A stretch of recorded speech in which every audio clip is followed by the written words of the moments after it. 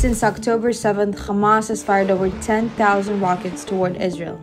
Just for reference, that is more than the number of rockets fired by Hamas in Operation Guardian of the Walls and in Operation Protective Edge combined. Out of these rockets, which are fired indiscriminately with the intent to kill Israelis, many misfire and land inside Gaza, endangering the lives of Gazans. Remember the El Ali hospital that was struck by a rocket?